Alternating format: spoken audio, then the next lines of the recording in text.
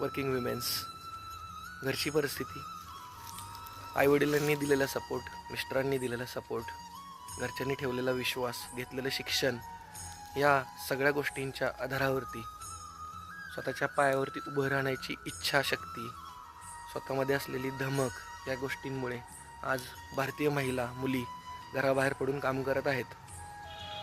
त्याबद्दल त्यांचा मित्रपरिवार असेल, त्यांचे घरचे असतील, खूप प्राऊड फील करतात आणि त्या गोष्टीचा अभिमान बाळगतात.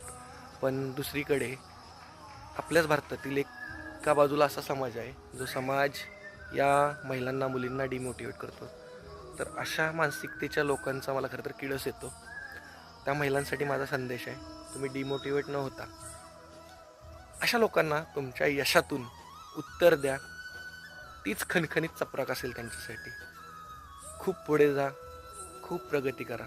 थँक्यू.